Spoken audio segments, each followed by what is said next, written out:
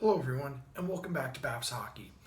On the second part of this three-part segment on the fundamentals and principles of functional movement, I'm going to talk today about evolutionary traits. And so my previous video, I talked about the three pillars of posture. And so that was the T-spine, the glutes, and the TVA.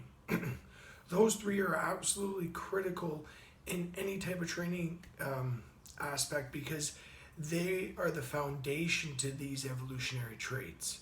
So your T-spine allows you to rotate, your TVA gives you stability, and the glutes allow you to function in a three-dimensional plane. So essentially leading into these evolutionary traits, which are walking, running, and throwing. And you wonder, why am I bringing up these three methods of movement? Well, it's important that these three movements be prioritized or connected in some way to your training. It has to prioritize because we as humans have evolved over the past 6 to 7 million years to do these three things, essentially at the very core of our ability to move. And so at one point we were monkeys, and we were swinging out of trees, and then something changed in the environment. Again, we're not going to go into detail of what happened, or because again there's several different theories, but something changed in the environment where monkeys moved to the ground and essentially gave birth to Homo erectus and eventually Homo sapiens. And through this 7 million year cycle time frame, humans learned to walk, run, and eventually throw. Essentially, these are three keys, or you can even say three pillars to survival. Humans need to do this to survive in order to adapt to the environment that was in front of them.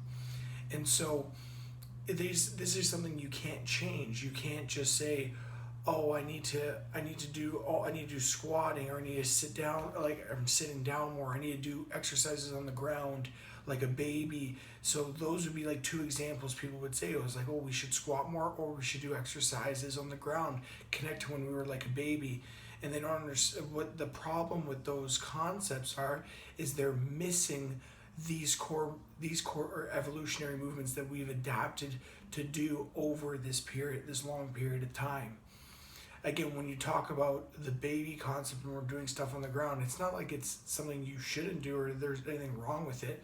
It's when it becomes priority over this. And same thing goes for when you're squatting or doing anything with your feet together. When that becomes priority over these movements, then you're running into problems. And that's why I bring this up, is because a lot of off-season training or training in general don't respect or prioritize these three movements.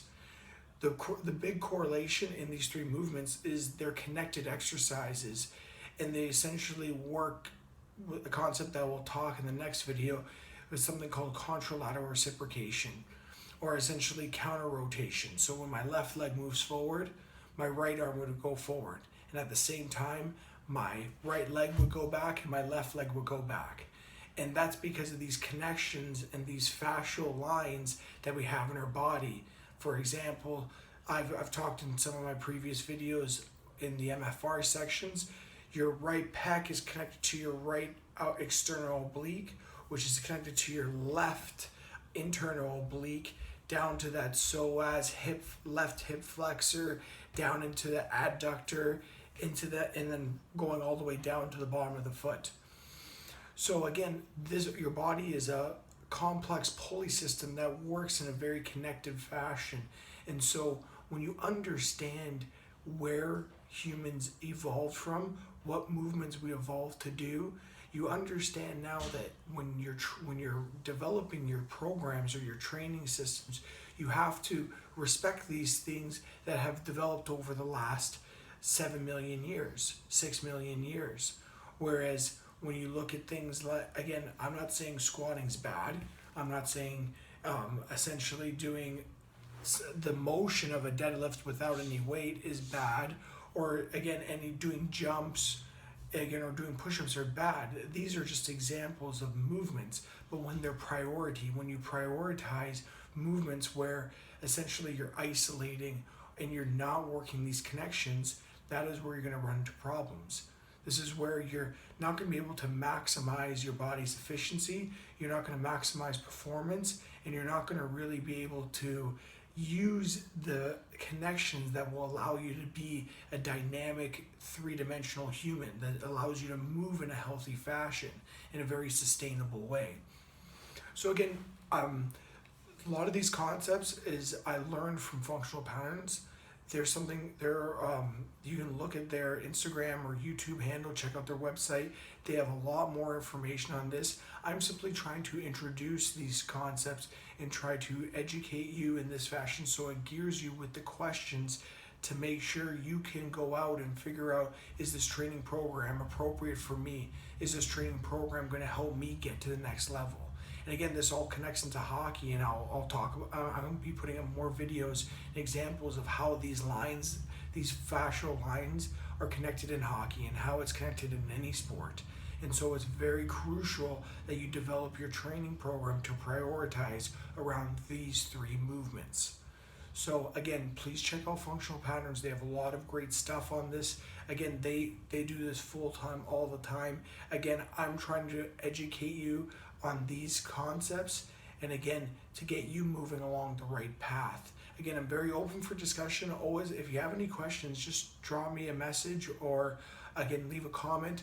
I'd love to help you out and discuss some of the more of these ideas. I know it's a little different. It's not traditional by any means, but again, we're looking to maximize efficiency and maximize your ability to perform at a high level. Thanks again for tuning in. Drop a like or comment below. Please don't forget to subscribe to my channel, and I look forward to helping you get to the next level.